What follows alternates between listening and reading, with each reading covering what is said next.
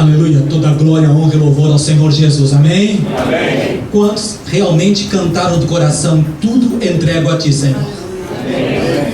Quantos estão realmente dispostos em colocar no altar do Senhor a sua preocupação, a sua ansiedade, o seu temor, seus medos, seus problemas, deixar ali nas mãos do Senhor? Dão glória a Deus. Aleluia. É com você, portanto, a palavra desta tarde, amém? Deus já tem falado e seguirá falando conosco, não te preocupes, Deus está aqui entre nós. Aleluia. Abra comigo a palavra de Deus no livro de Ezequiel. Você já está de pé e Deus certamente falará contigo. O livro de Ezequiel, o capítulo número 2, palavra do Senhor.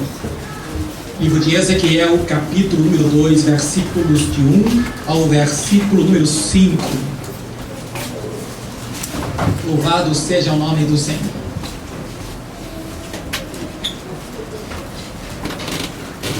Amém? Estão aí? Amém. Diz assim a palavra de Deus, é a vocação de Ezequiel, a visão do rolo do livro. Diz assim: E disse-me, filho do homem, põe-te em pé e falarei contigo. Então entrou em mim o Espírito quando falava comigo, e me pôs em pé e ouvi o que me falava.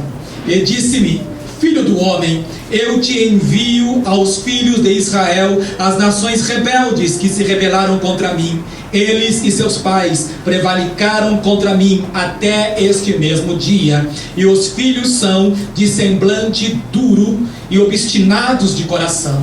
Eu te envio a eles e lhes dirás, assim diz o Senhor Jeová.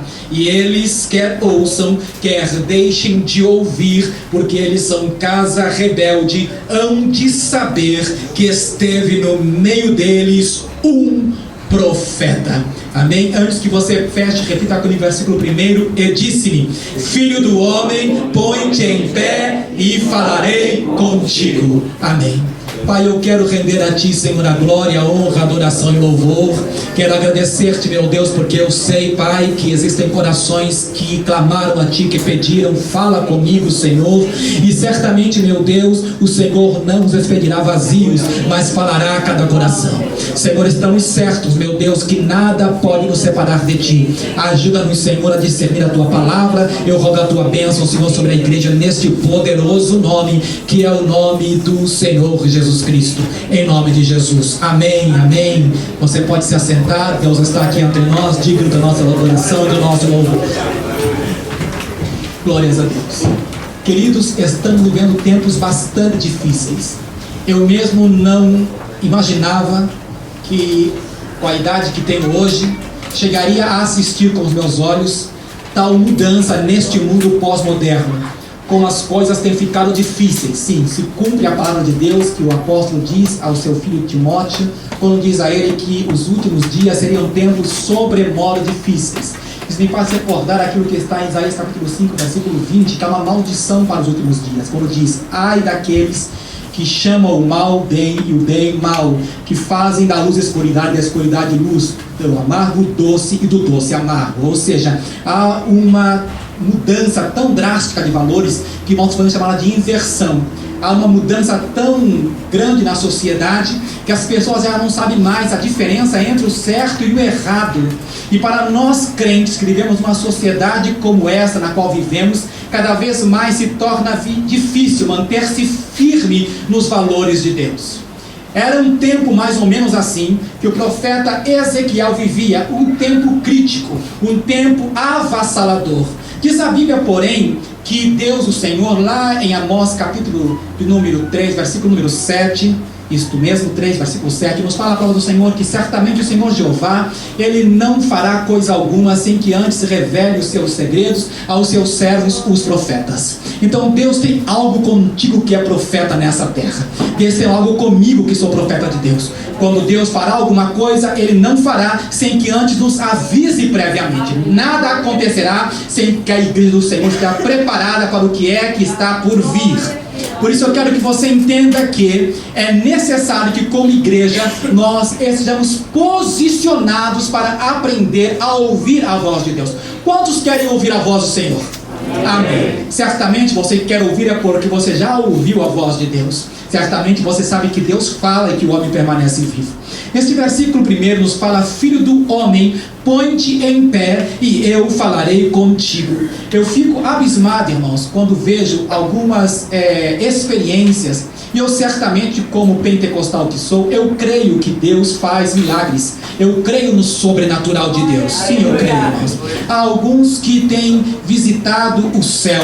Há outros que têm descido até o inferno. Ainda há outros que têm contemplado anjos. Há outros que dizem ter visto a Jesus. Há alguns que têm visto ressuscitar mortos. Há alguns que têm recebido milagres. E outros que têm sido usados por Deus para fazer milagres. Tudo isso acontece. Mas o que me estarrece, o que me deixa atônito e bastante preocupado é perceber que há algumas pessoas que, tendo tido tais experiências, não sofreram nenhum tipo de transformação na sua vida. Isso é o mais chocante, quando alguém diz que recebeu algo tão dramático, algo tão extrasensorial, que vai além dos sentidos humanos, e não teve nenhum tipo de mudança que lhe faça, que lhe cause algo que nós possamos chamar, sim, de uma experiência com Deus. Quem tem uma experiência com Deus é transformado. Quem tem uma experiência com Deus nunca mais será o mesmo. Por isso, irmãos, eu digo que nada hoje me choca, porque a minha fé não está baseada na experiência, mas sim, irmãos, eu tenho certeza que quando alguém realmente conheceu o Senhor, vai revelar pela mudança que causou na sua vida.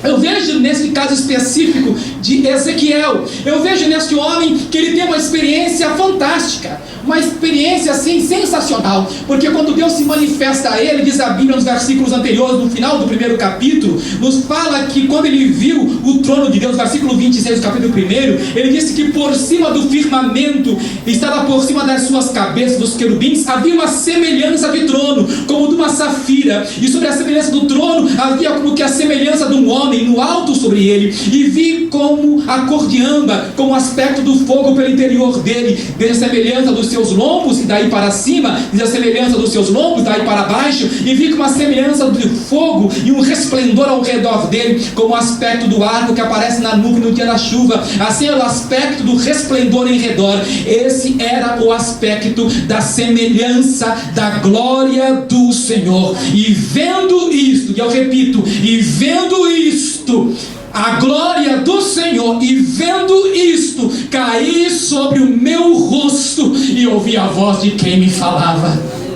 Quando alguém vê a glória do Senhor, irmãos, não consegue permanecer de pé.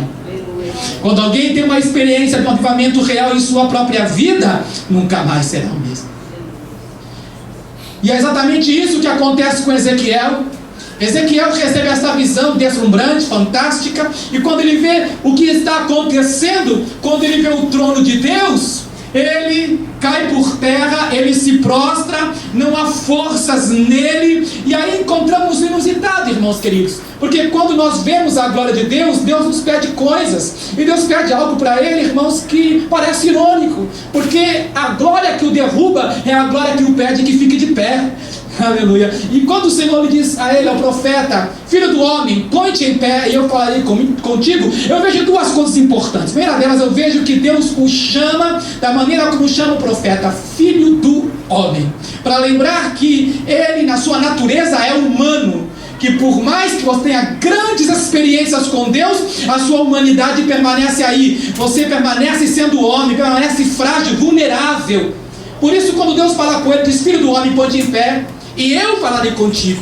Isso nos fala, irmãos, de posicionamento. Se você quer que Deus fale com você, se você quer realmente ter uma experiência com a glória de Deus, então é preciso que você se coloque diante de Deus como Deus quer que você permaneça. Olha, irmãos, esse profeta ia para uma casa rebelde, no meio de uma crise de rebelião do povo contra Deus. Como ele ia falar de Deus se ele não vivia Deus em sua experiência pessoal? Como eu posso falar uma coisa que eu não estou vivendo? Como eu posso dizer a alguns que eu sou rebelde se eu vou ser rebelde à voz do Senhor? Por isso Deus está dizendo: filho do homem, põe-te em pé para que eu fale contigo. Isso nos fala de três coisas importantes. A primeira delas que eu vejo, irmãos, nesses momentos críticos, em que a igreja se confunde, olhando para o mundo, para aquilo que é politicamente correto, e esquece daquilo que é teologicamente correto. E nós olhamos algumas situações, irmãos queridos, vemos aquilo que é politicamente correto e esquecemos daquilo que é moralmente correto. E já deixamos de fazer aquilo que Deus quer que nós façamos. Mas nós precisamos entender que Deus não muda. Os tempos mudam, os homens mudam, a sociedade muda, mas Deus não muda. Ele permanece o mesmo. Ele é aquele que diz: santo, santo, santo é o Senhor dos exércitos. Quando Deus fala com o homem, irmãos, esse homem muda. Quando Deus falou pela primeira vez comigo, eu mudei. Quando Ele falou contigo pela primeira vez, você mudou. Quando Deus fala conosco, nós não permanecemos os mesmos. Isso nos leva a fazer 3 coisas basicamente. E se há uma igreja, irmãos, que é a igreja do Senhor Jesus Cristo, tem que ter essas 3 coisas. Se há uma igreja que tem conversão genuína, tem que haver essas 3 coisas. Se você contemplou o céu ou o inferno, essas 3 coisas têm que permanecer na sua vida. E quais são, pastor? As mesmas que sucederam com Ezequiel. Quando Ezequiel vê a glória do Senhor, eu chamo a primeira coisa de reverência. Repita comigo: reverência. Reverência. Olha, irmão, nós temos que reverência é o respeito que se dá à dignidade de outro. Quando nós falamos em reverência, estou falando de veneração àquilo que tem qualidades santas. Quando nós falamos em reverência, estou falando em deferência, em inclinar-se diante de outro de maneira respeitosa. Quando eu falo reverência, estou dizendo que eu estou reconhecendo que aquele a quem eu sirvo é maior do que eu. Aleluia. Quando Ezequiel tem uma experiência com a glória de Deus, ele entende, irmãos queridos, que ele não poderia permanecer de pé. Não havia forças nele. Ele então se prostra diante de Deus. Ele se ajoelha diante do Senhor. Irmãos, não foi assim também com Isaías no capítulo 6, quando ele vê a glória do Senhor, quando ele vê os serafins voando, a glória do Senhor enchendo o templo, aleluia, quando ele vê os serafins cantando: santo, santo, santo é o Senhor dos exércitos. A primeira coisa que acontece com ele, irmãos, é que no seu coração se incute, se instala o temor do Senhor, que é o princípio de toda a sabedoria. Quando o temor do Senhor cai no coração de Isaías, a primeira coisa é reconhecer seu estado. Você tem reconhecido o seu estado diante de Deus? Se você teve uma experiência real com o Senhor, você tem que reconhecer, irmão, que em nós não habita bem algum, que não há mérito na minha pessoa, que não venha de Deus. Quando nós temos um encontro com o Senhor, como nós chegamos? Não foi assim como Isaías: ai de mim que vou perecendo, porque eu sou um homem de lábios impuros, que habito no meio de um povo de impuros lábios. A primeira coisa é o reconhecimento da nossa miserabilidade, é o reconhecimento de que eu nada sou e nada posso sem Deus. Aleluia. Quando um homem tem um encontro com Deus, reconhece que é um miserável pecador, necessitado de uma transformação, necessitado de uma mudança. É na presença da glória de Deus que todos os títulos caem por terra, que o saber humano de nada vale. É diante do Senhor que a força do homem se transforma em fraqueza. É diante do Senhor que a riqueza do homem é pura miséria. Quando o homem está diante de Deus, ele reconhece que nada tem, nada pode, porque é apenas um que pode ser chamado e o onipotente. Quando nós reconhecemos isso, irmãos, falta à igreja esse sentimento, esse sentido, aleluia, de reverência para o Senhor. Onde está a reverência na casa de Deus? Onde está, irmãos? Temos visto a igreja trocando o culto por espetáculo, temos visto os cantores trocando o louvor, a adoração, irmãos, por shows. Mas quando nós olhamos e paramos para pensar que quando a glória de Deus se manifesta, ela gera quebrantamento, ela gera temor, ela gera respeito. Ezequiel tem uma experiência com a glória de Deus, e essa experiência leva-o a uma reverência santa. Irmãos, está faltando para nós reverência. Falta-nos entender que quando Deus nos chamou, Ele nos chamou, irmãos queridos, para essa experiência pessoal com Ele. Irmãos, até o homem mais ímpio, quando tem uma experiência com Deus, tem que tremer.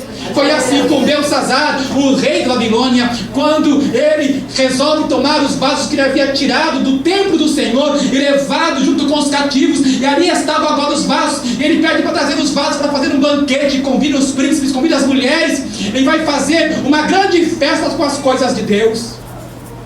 E ali, irmãos queridos, quando ele confunde aquilo que é santo, nunca profane o que é santo. Diz a Bíblia que quando ele vai profanar os vasos do Senhor e leva para o seu banquete, vai tomar vinho daqueles vasos que eram santificados para o templo de Deus, naquela hora ele vê uma mão na parede. Ele vê a mão do Senhor escrevendo na parede, e diz a Bíblia que o seu rosto empalideceu e não havia mais forças nele, e as suas pernas começaram a bater, osso no osso. Irmãos, sabe por quê, irmãos? Isso é medo, é o medo do homem diante do sobrenatural. E nós como igreja, se o ímpio tem temor diante de Deus, irmãos, onde está o temor da igreja? Onde está o temor do crente, irmãos? Reverência é o que Deus pede de mim, reverência é o que Deus pede de ti, e reverência, irmãos queridos, é exatamente isso que nós observamos: o temor do Senhor. Tema a Deus, irmãos. Diga para o seu irmão: tema a Deus. Quando nós olhamos na palavra do Senhor, eu vejo quando Deus diz: filho do homem, põe-te em pé e eu falarei contigo. Não havia forças nele. Eu chamo essa segunda coisa, irmãos, de insuficiência. O que é insuficiência? Todos nós conhecemos aquela expressão médica, quando alguém não consegue respirar convenientemente porque está com insuficiência cardíaca ou pulmonar. A pessoa tem dificuldade certamente de respirar, tem dificuldade de taquicardia, porque os pulmões não estão funcionando corretamente, não há força suficiente para impulsionar o ar para sair e entrar. Há uma insuficiência. Irmãos, quando o homem tem uma experiência com Deus, não há como mais ser suficiente. Não há como mandar na minha própria vida. Não há como eu fazer as coisas do jeito que eu quero fazer. Aquela coisa que antes existia: eu sei o que eu faço como quero, sou eu que mando na minha vida. Nunca mais. Jesus. Eu nunca mais serei o mesmo.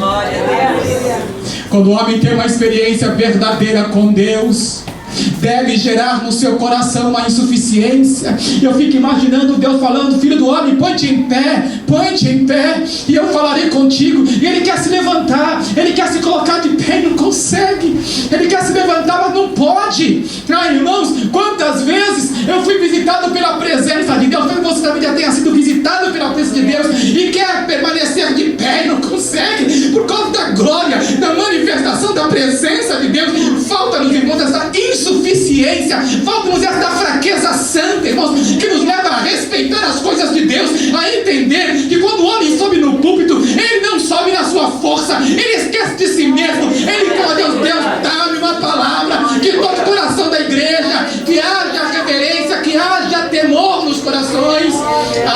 Eu sou de uma época em que esta época ainda esteja presente entre nós, quando alguém subia no púlpito, a igreja baixava a cabeça, fechava os olhos e dizia no seu coração: Deus fala comigo, Deus ainda fala com a igreja, Deus ainda está falando contigo. Tenha temor de Deus, não confie no teu braço, confie no Senhor. Glória a Deus.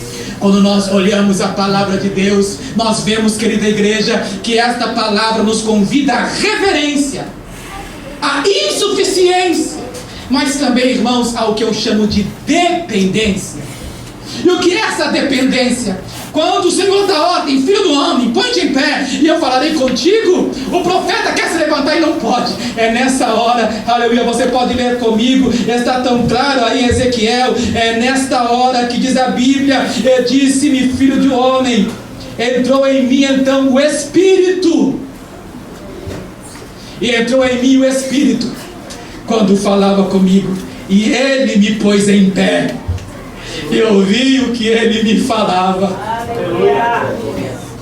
Aleluia, irmãos. Quando você se sente fraco, quando você acha que não pode, é aí que você está no ponto certo para Deus operar na sua vida. É nessa hora que você vai sentir, vai perceber que o poder de Deus se manifesta na na sua vida. Quando você está dependente de Deus, é aí que o Espírito de Deus vem e te levanta e te coloca em pé na presença de Deus.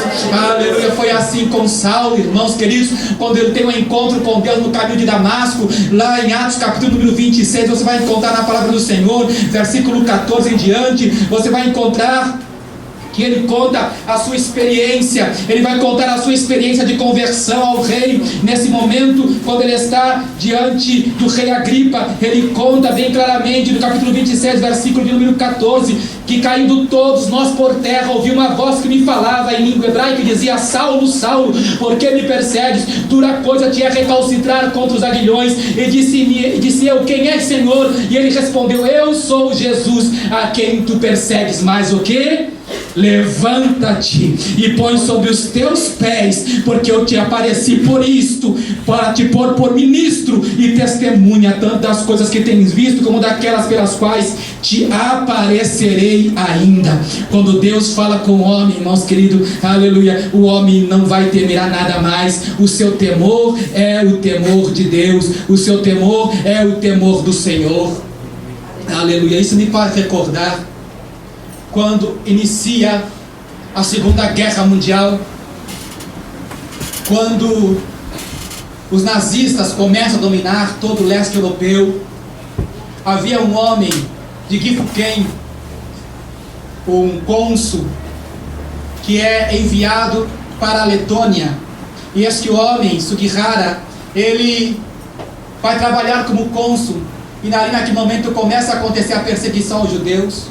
E quando acontece a perseguição, a única maneira deles escaparem era através da Holanda. A Holanda tinha colônias na América do Sul, no Suriname e na Guiana, então Guiana holandesa, em Curaçao também. A única maneira dos judeus fugirem, escaparem, certamente era conseguindo sair de lá. Mas para sair de lá eles tinham que fazer um trânsito pelo Japão, e o Japão pertencia ao eixo, estava aliado com a Alemanha.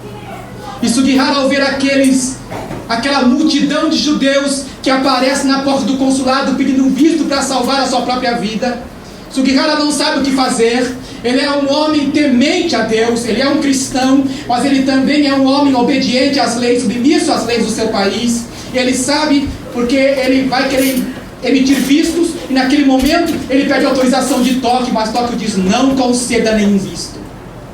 Ele olha aquela multidão que está à porta, muito maior do que a multidão da lista de Schindler. Schindler conseguiu livrar 1.200 judeus, mas esse homem vai livrar mais de 6.000 judeus. Naquele momento, ele está entre a vontade de Deus e o governo, mas ele entende uma coisa: ele sabe que era melhor obedecer a Deus do que obedecer aos homens. E ele começa a escrever. Naquela época o visto era à mão, estamos em 1940. Esse homem então começa, ele senta ali junto à sua escrivaninha e começa a emitir vistos à mão, e começa a escrever 1, 2, 3. A esposa serve lanche, ele não quer comer. São 300 vistos por dia, e 18 horas contínuas de trabalho, 300 vistos diários. Ele está emitindo sozinho. Não há mais nenhum cônsul, os cônsuls fugiram, mas ele permanece na Lituânia, salvando os judeus. Aleluia! E esse homem consegue salvar. Alguns chegam a fazer a conta que, se contar com os descendentes dos 6.000 salvos, são mais de 40.000 almas que esse homem salvou, porque ele obedeceu a Deus. Não disse nada para ninguém. Quando ele volta para o Japão, ele está desempregado. Ele vai vender lâmpada de porta em porta. Ele vai trabalhar de meio período como tradutor. Ele perde uma excelente carreira diplomática, mas seu coração está contente, porque ele sabe que ele cumpriu a vontade de Deus. Ele sabe para aquilo que ele foi vocacionado, para aquilo que ele foi chamado. Ele envelhece. Então alguém descobre que este homem havia salvado uma grande multidão de judeus. Em 1985, ele já está ancião, não tem forças para receber o prêmio. Ele recebe o prêmio de justo entre as nações do Estado de Israel. Quando eu falo isso, irmãos, eu quero dizer para você que o temor de Deus, que a reverência a Deus, que a dependência de Deus tem que estar acima de qualquer coisa. É necessário que nós entendamos a vocação para a qual nós fomos chamados. Deus te tem chamado como não temos o que pode te fazer o homem, porque Deus hoje te diz: filho do homem, põe-te em pé e eu falarei contigo. Aleluia. Há de se levantar uma geração de crentes para esta nação, uma geração, aleluia, predisposta a ouvir a voz de Deus, reverente, temente, que não confia em si mesma, mas que depende somente de Deus. Esta geração está se levantando para o Japão, uma geração de jovens, de homens e mulheres que estão dependendo do Senhor e que farão a vontade de Deus. Se você faz parte dessa geração, fique de pé comigo. Filho do homem, põe-te em pé, diz o Senhor, e eu falarei contigo. Essa é a hora, amada igreja, de nós exaltarmos o Senhor, de nós entendermos que Deus está nos chamando para algo grande e novo nesta nação. Aleluia, aleluia, aleluia. Igreja querida, é tempo de nós nos levantarmos. Deus nos pede posicionamento. Deus está chamando a igreja a se posicionar, a lembrar dos marcos antigos, a lembrar daquilo que você se esqueceu. Aleluia. Que adianta o homem ganhar o mundo inteiro e perder a sua alma? Que adianta o homem passar pela vida sem cumprir o seu chamado? Deus tem chamado você, Deus tem te chamado para uma experiência real com o Senhor, e hoje Deus te convida. Aleluia. Você que quer uma experiência real com o Senhor, você que sabe: Deus, eu me rendo aos teus pés, eu preciso, Senhor, envia avivamento na minha vida. Aleluia. Eu quero que o Senhor fale comigo. Aleluia. Pode se achegar. Aleluia. Pode vir. Aleluia. Porque hoje é o tempo que Deus marcou. Aleluia. E diz: filho do homem, põe-te em pé e eu falarei contigo. Aleluia. Você não vai se ajoelhar, não vai se prostrar, você vai se colocar de pé na presença de Deus. Deus está alistando profetas para essa geração. Deus está alistando homens e mulheres, aleluia, jovens e crianças, aleluia. Deus está, aleluia, alistando profetas para a presente geração, pessoas que estão dispostas a cumprir a vontade do Senhor. Aleluia. Envia, Senhor.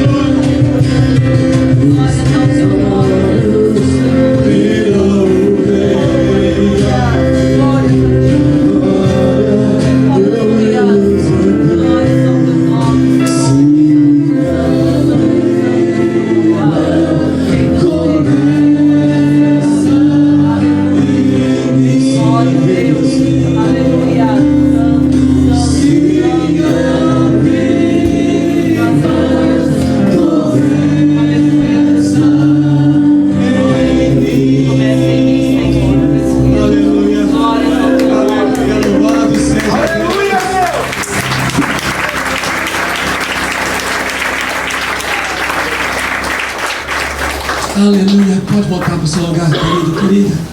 Aleluia. Que comece em mim, que comece em ti este avivamento de Deus em nossos corações.